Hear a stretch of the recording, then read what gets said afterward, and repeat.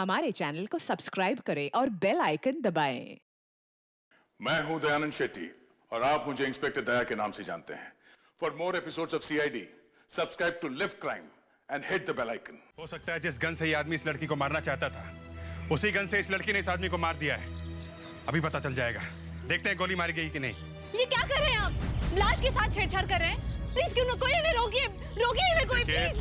हमें देखना ही पड़ेगा। आपके मन में जो आ रहा है आप कर रहे हैं। आपको पता है ये कौन थे? ये मेरे ससुर है, बहू हूं मैं इनकी।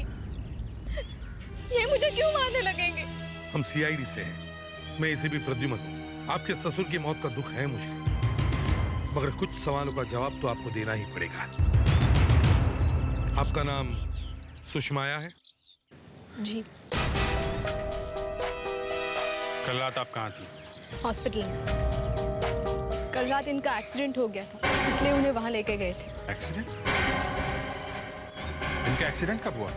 कल रात इनकी गाड़ी एक पेड़ से टकरा गई और वहीं पर इनकी मौत हो गई। अगर ये आदमी आपको जान से मारना नहीं चाहता था और अगर इस आदमी ने आपको जबरदस्ती उस कार में नहीं बिठाया, तो फिर आपके लाइब्रेरी कार्ड का टुकड़ा उस कार में कहां से आया? जो कार हमें साकिना का गोडाउन के पास मिली थी, उस कार को इंस्पेक्टर अभिजीत ने चेस किया था। मुझे मालूम है आपके पास इस सवाल का जवाब नहीं है। I am sorry. Kiran ji के मौत पर हमें शक है। सुधाकर फ्रेडरिक्स, बॉडी को पोस्टमार्टम के लिए ले जाने का इंतजाम करो। प्लीज कोई इन्हें रोकिए ना। देखिए, आप ऐसा नहीं कर सकते। आप पुलिस महाराज का कुछ भी कर सकते हैं। आप लोग बहुत गलत काम कर रहे हैं। हम किरण जी की लाश को नहीं ले जाने देंगे यहाँ से। ये एक खून का मामला है, मर्डर। आप बीच में ना पड़े तो अच्छा है। इस मौत के पीछे कोई ना कोई बात जरूर है, कोई ना कोई कहानी है जो हम ढूंढना चाहते हैं। आपका शक बिल्कुल सही है। इस आदमी की मौत कार के एक्सीडेंट से नहीं हुई है। फिर? इस आदमी के सर पर ये देखिए सर, ये देखिए गहरे घाव का निशान है। मगर ये घाव किसी गाड़ी के एक्सीडेंट से भी तो हो सकता है। हो सकता है, मगर ये घाव एक्सीडेंट के पहले का है और इसी घाव से इस आदमी की मौत हुई। तो पहले इसे मारा गया और बाद में इसका एक्सीडेंट किया गया। मतलब ये दिखाने की कोशिश की गई कि इसका एक्सीडेंट हुआ है। जी, ये देखिए सर, मैंने मिस्टर किरण के सिर का स्कैन किया है। ये देखिए, खोपड़ी के अंदर ब्रेन में पीछे चोट लगी है। सर, जब कार का एक्सीडेंट होता है तो उसके झटके से शरीर पहले आगे की ओर फेंका जाता है, फिर शरीर पीछे आता है। मतलब सिर पहले गाड़ी के किसी हिस्से से टकराता है और फिर पीछे कहीं पे टकराता है। हाँ, मगर यहाँ पे तो चौंका देने वाली बात है। इस आदमी के सिर के सिर्फ पिछले हिस्से में गहरे घाव का निशान है, सामने कोई निशान नहीं है। इसका सिर आगे किसी चीज से टकराया ही नहीं है। ये एक्सीडेंट सब एक नाटक है। बहुत बड़ा चक्कर है ये। सर, जब आखिरी बार मैं इस आदमी से मिला था तो ये अपनी बहू को धमका रहा था। गन से उसे मारने वाला था। मुझे लगा कि गोली मारी ही मारी, मगर हो गया उल्टा। ये मर गया और वो जिंदा है। सुषमाया। उस रात मैं गोडाउन में ही थी। तो फिर तुमने झूठ क्यों बोला? सर, मैं बहुत डरी हुई थी। इतने सारे लोगों के सामने मैं कैसे बताती कि मेरे ससुर मुझे मारना चाहते थे। तुमने अपने ससुर को क्यों मारा? नहीं सर, मैंने उन्हें नहीं मारा है। तो फिर ऐसी क्या बात हुई थी कि वो तुम्हें जान से मारना चाहते थे? वो फोन पर कुछ बात कर रहे थे और वो बात मैंने सुन ली थी। क्या बात थी? वो ड्रग्स के स्मगलिंग के बारे में बात कर रहे थे। उन्होंने मुझे पकड़ लिया था। मैंने उनसे कहा कि मैं पुलिस को सब कुछ बता दूंगी। फिर उसी रात मैंने उनका घर छोड़ दिया और मैं अपने मम्मी पापा के घर आ गई। आपके पति कहाँ हैं? आपने उन्हें क्यों नहीं बताया? मेरे पति इंडिया में नहीं रहते। मैं तब से उन्हें फोन ट्राई कर रही हूँ, लेकिन फोन लग ही नहीं रहा है। सर, उन्हें तो ये भी पता नहीं है कि पापा जी की मौत हो गई है। तो फिर वो इस तरह से तुम्हें गाड़ी में खींच के क्यों ले गए थे? जब से मैंने उनका घर छोड़ा था, उन्हें लग रहा था कि मैं पुलिस को सब कुछ बता दूंगी, इसलिए वो मुझे मारना चाहते थे। फिर उन्होंने कहा कि मैं अगर अपना मुंह खोलती हूँ तो वो मेरे मम्मी पापा को मार डालेंगे। लेकिन मैंने उन्हें प्रॉमिस किया कि मैं कभी भी किसी को कुछ नहीं बताऊंगी। और उसने तुम्हें छोड़ दिया? जी, उसी वक्त उन्होंने मुझे मेरे मम्मी पापा के घर छोड़ दिया। फिर 1 घंटे बाद हमें फोन आया कि उनकी कार एक्सीडेंट में मौत हो गई है। सुषमा जी, एक बात मैं आपको बताना चाहता हूं। आपके ससुर की मौत कार एक्सीडेंट में नहीं हुई है, उनका खून हो गया है। क्या? जी।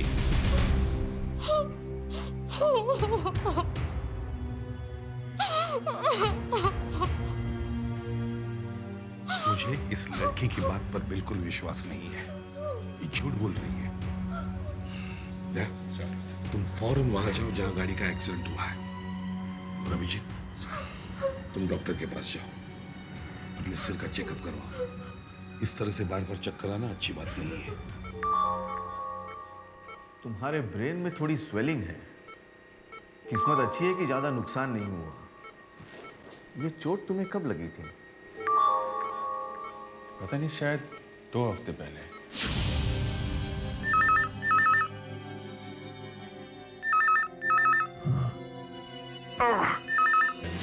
अब तक तो ये घाव भर जाना चाहिए था, क्योंकि तुम्हारा घाव गहरा नहीं है।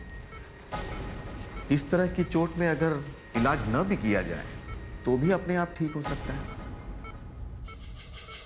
ओह, तो इसीलिए ये घाव नहीं भर रहा है। कोई चीज घाव में फंसी हुई है।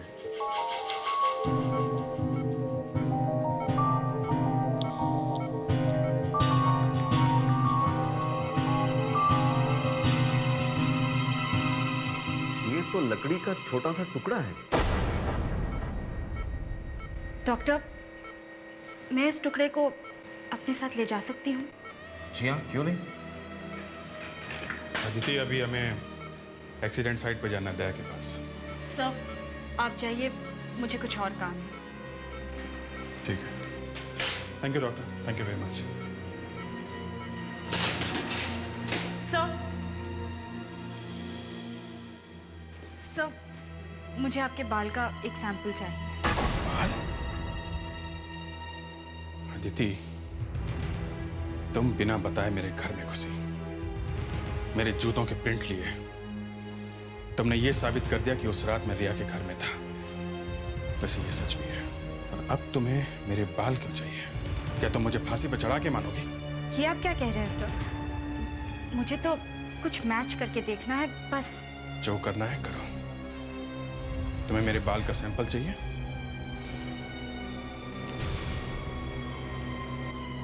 ये लो। सर, मैं सिर्फ अपनी ड्यूटी कर रही हूँ। सीआईडी की क्या ड्यूटीज हैं, ये तुम्हें मुझे बताने की जरूरत नहीं है।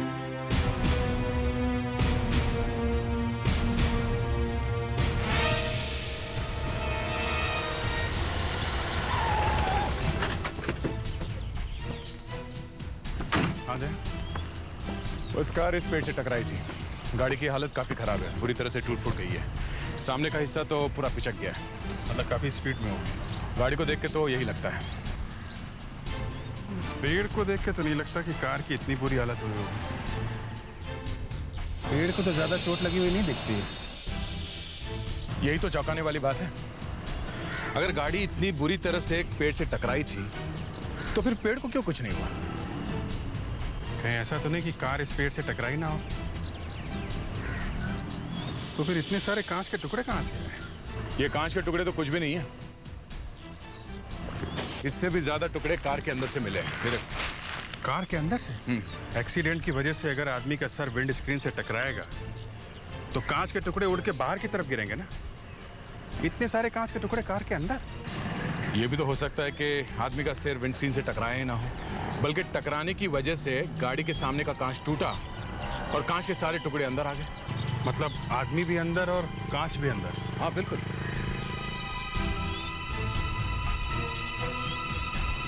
तो फिर ये खून लगा हुआ कांच का टुकड़ा बाहर कैसे आके गिरा? अभिजीत के सर में से ये जो लकड़ी का छोटा सा टुकड़ा मिला है, इसे इससे मिलाकर देखते हैं। ये जो रिया के घर से मिला है, ये टुकड़ा इसी लकड़ी का है। इसी में से टूटकर ये टुकड़ा अभिजीत के सिर में गया है। और ये लकड़ी रिया के घर से मिली है। इस पर खून लगा हुआ है और कुछ बाल भी हैं। और अभिजीत सर के सिर का जो बाल लेके आई थी मैं, उसका क्या हुआ? क्या वो बाल भी इस लकड़ी पर मिले बालों से मैच होता है?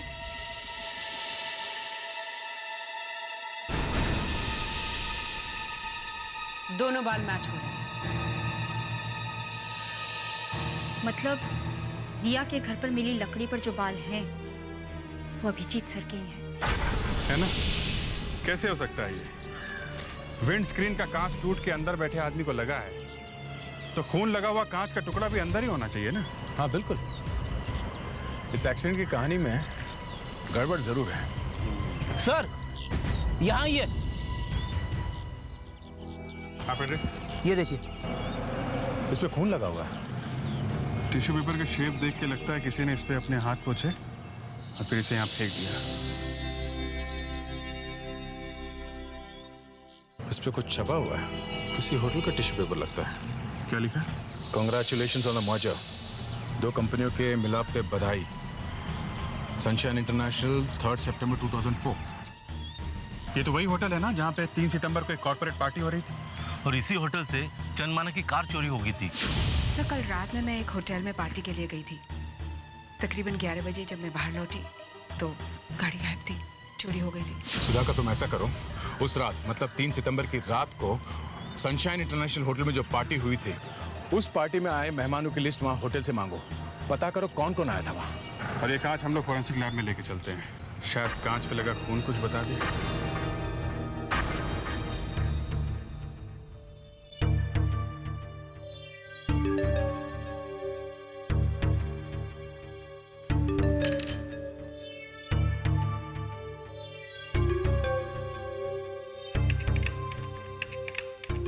कांच के टुकड़े पर जो खून है वो किरण का नहीं है, वहां पे कुछ गड़बड़ हुई है।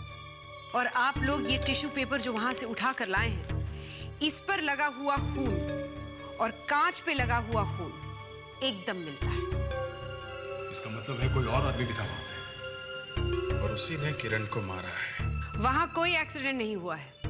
वो आदमी जब किरण की मौत को एक्सीडेंट दिखाने के लिए कार के शीशे तोड़ रहा था, तब उसका हाथ कट गया और उसने इस टिश्यू पेपर से अपना हाथ साफ किया है। खूनी ने इस पेपर से अपना हाथ पोंछा है और इस पेपर पे होटल सनशाइन का नाम छपा हुआ है। तो हो सकता है वो आदमी होटल सनशाइन से ही आया होगा। हो सकता है वो उस पार्टी में से आया हो जो उस होटल में चल रही थी। हाँ, वो आदमी उस पार्टी में से ही आया होगा और पार्टी बड़ी हंगामेदार भी थी। पहले मिसेस चंद्रमणा की कार चोरी हो गई। कार चोरी की किरण ने, फिर वो सुषमा को उस कार में जबरदस्ती लेके गया और उसे जान से मारने की कोशिश की। छोड़ो मत। सर, उस पार्टी में जो लोग थे उनके नाम मिल गए सर। मिसेस चंद्रमणा का नाम है, किरण का भी है। ओह माय गॉड, सुषमा भी थी इस पार्टी में। इस लिस्ट में करीब 53 लोगों के नाम हैं। इन सबको यहां बुलाओ और इन सब की ब्लड टेस्ट करवाओ और देखो कि इस पेपर पर लगे हुए खून से इनमें से किसका खून मैच होता है।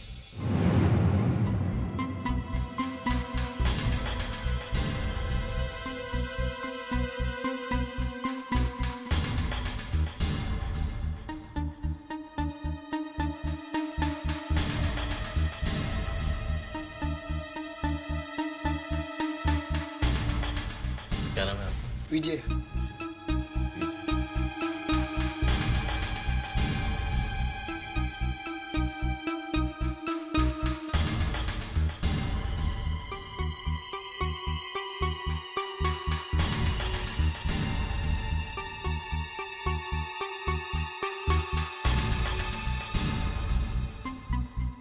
रिया के खून के बारे में आदिति को कुछ ठोस सबूत मिला है। चलो मेरे साथ।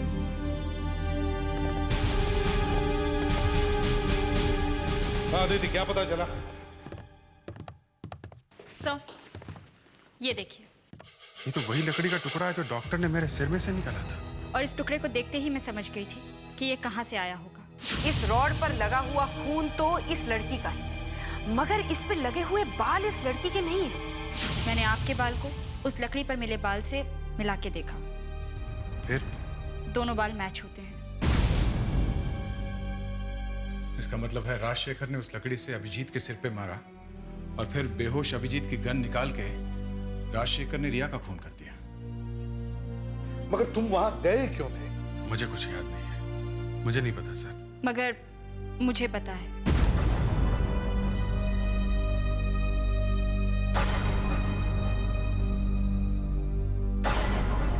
आप आइए।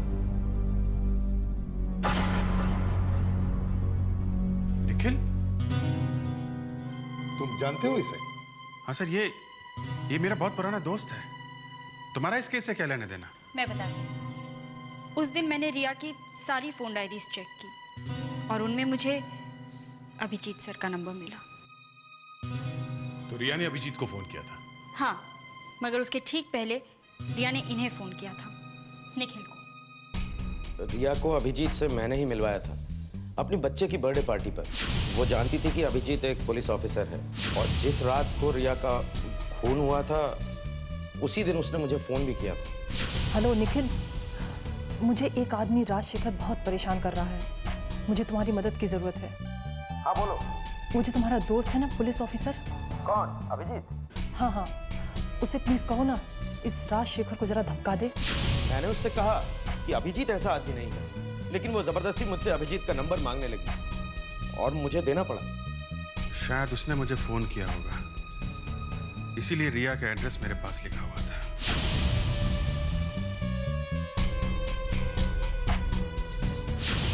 मगर अच्छा हुआ तुम सही वक्त पर पहुंच गए और अभिजीत को बचाया, नहीं तो हम अपने एक अच्छे ऑफिसर से हाथ धो बैठते। सर, 53 लोगों में से 2 लोग अपना ब्लड टेस्ट करवाने नहीं आए। कौन लोग नहीं आए? मिस्टर वरुण और सुषमाया। सुषमाया नहीं आई। वो सुषमाया नहीं, माया है, माया।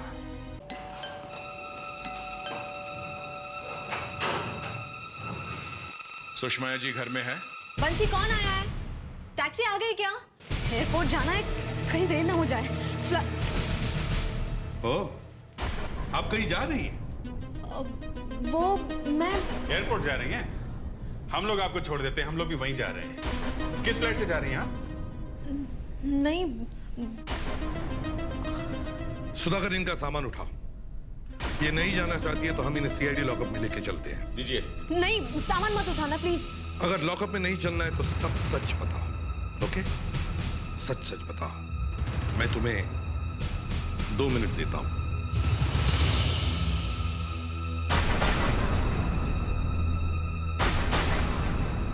बहुत झूठ बोला है तुमने, बहुत ड्रामा किया है। अदिति, इन्हें ब्यूरो में लेके चलो, वहां ये अपने आप सच बता देगी। नहीं, प्लीज मुझे ब्यूरो में मत लेके जाइए।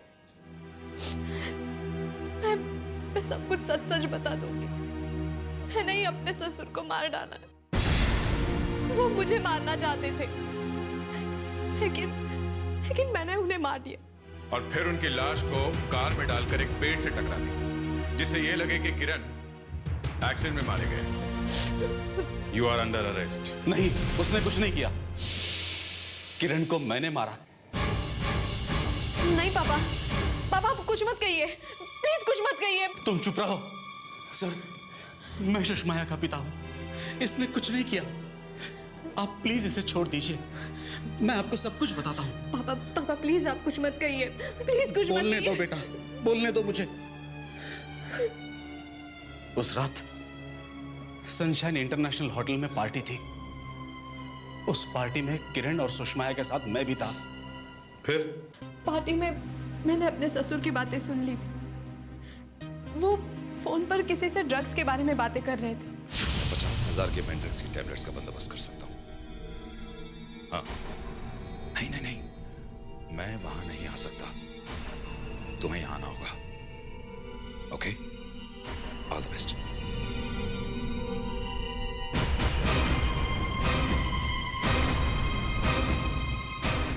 साकीनाका के गोडाउन में किरण इसे मारने ही वाला था, तभी मैंने लोहे की एक छड़ किरण के सर पर दे मारी। मैं उसे जान से नहीं मारना चाहता था, मैं तो सिर्फ अपनी बेटी को बचाना चाहता था। मगर तुमने गलत काम किया है, कानून को अपने हाथ में लिया। एक खून हुआ है तुम्हारे हाथ से, तुम दोनों को गिरफ्तार किया जाता है।